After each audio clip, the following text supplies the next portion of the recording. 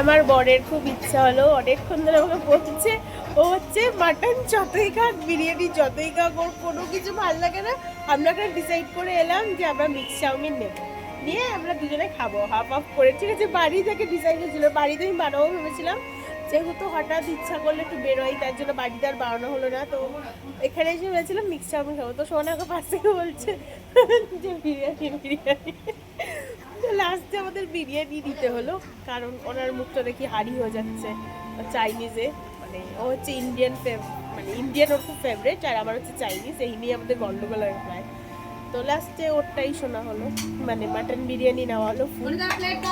ওতে দুটো মাটনের পিস আছে, এই দেখো চলে এসছে গরম গরম, ধোয়া উঠছে। কেমন লাগছে ফিলিং? খুব দারুণ। বিরিয়ানির উপর কোনো কথা হবে? এই হচ্ছে বিরিয়ানির সামনে যে দেখছেন, ধোয়া ওঠা বিরিয়ানি, ধোয়া উঠছে বিরিয়ানি দিয়ে। আর তুমি কি খাবে মামা? কি কি বললো? ও চিকেন খাবে। আচ্ছা, চিকেন দেওয়া হয়নি আজকে, বিরিয়ানি সাটাও তুমি আমাদের সাথে।